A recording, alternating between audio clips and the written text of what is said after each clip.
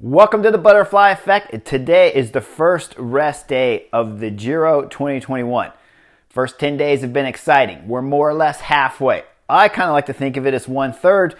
As a writer, we always divided it up amongst the rest days. So you had the first 8, 9, 10 days at this particular Giro, and then a rest day, and then you have the second week, and then of course the third week.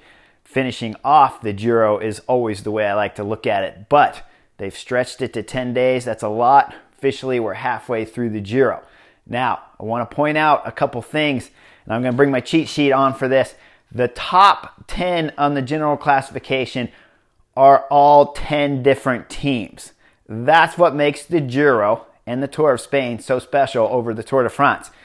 There's not one big dominant team just filled with GC guys in there that could add battles. This will change the tactics when we go forward into the later stages and we get into the first big mountains of this year's Giro d'Italia. We haven't seen the big mountains yet. We had 3 good climbing stages, but not the big mountains, and they're still coming.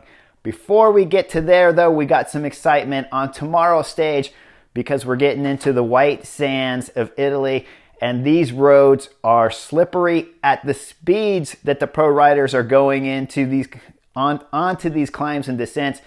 It's incredibly hard to find traction with these small road tires that the cyclists are using here at the Giro. So it's slippery on the bike, and the bike always feels like it's gliding underneath you. Now, on my list, I really have 5 guys here that are favorites for the Giro. Only 2. Simon Yates has won a Grand Tour. Egan Bernal, of course, 2019 Tour de France champion. Simon Yates, 2018 Tour of Spain champion, and he's worn the pink jersey here at the Giro before. Simon Yates' resume is spectacular. He has won multiple stages in all of the Grand Tours, and of course I already told you he's a Grand Tour winner. Fabulous rider. The race before here, Classic des Alpes, he came in, he won there and dominated. We haven't seen him dominating here.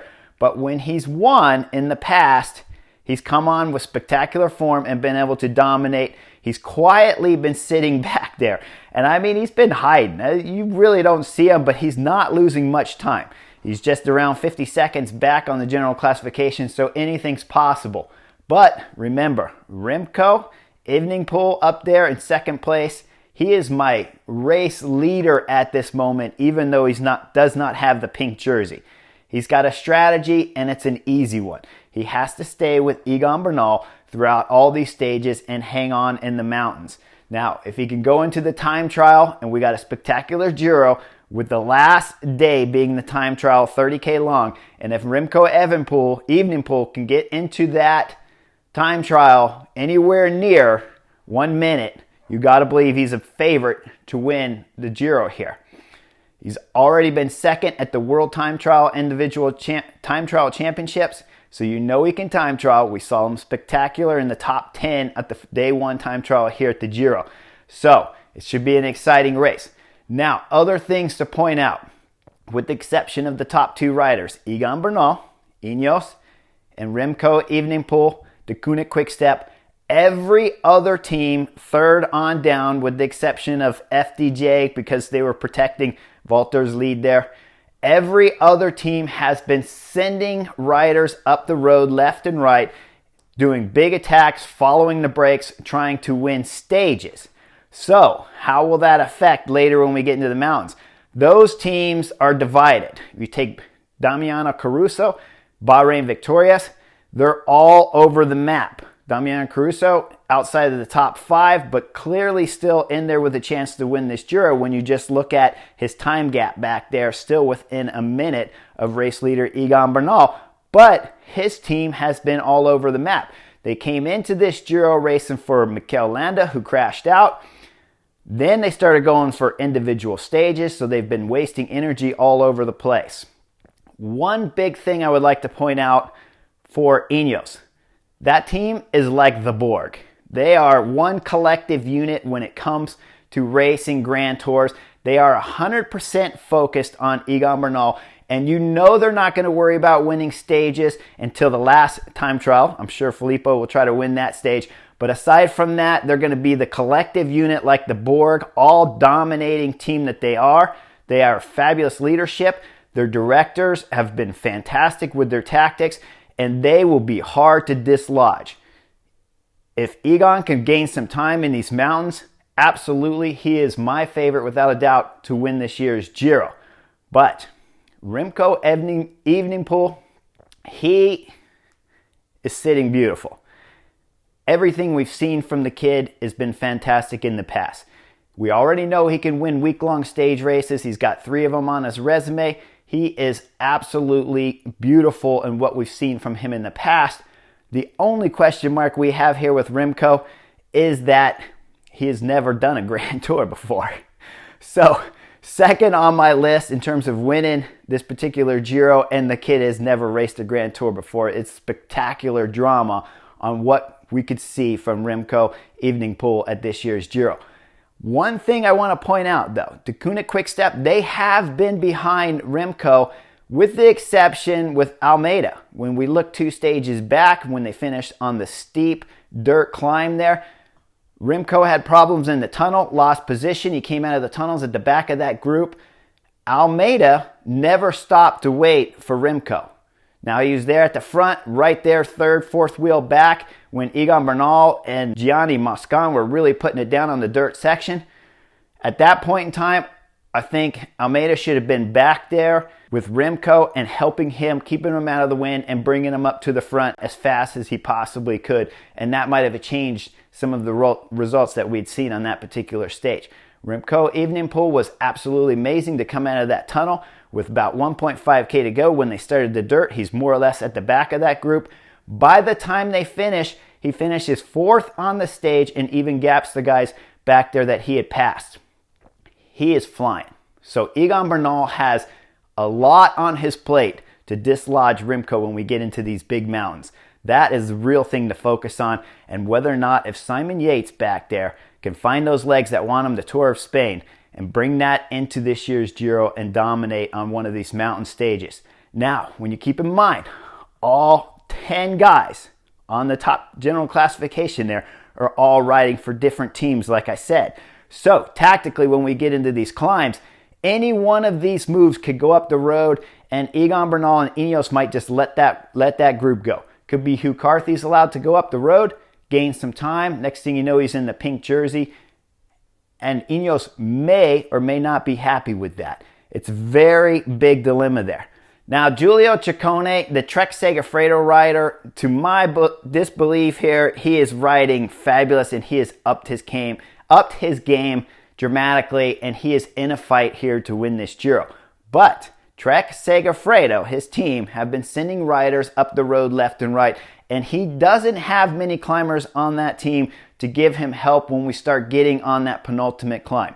Keep in mind, when you're doing Grand Tours, normally the penultimate climb is when a big acceleration happens and there's a selection made of 20 to maybe 30 guys going over the penultimate climb. It's very important when you're a race leader to have at least one teammate with you. When I rode with Lotto, I was riding with Cadel Evans.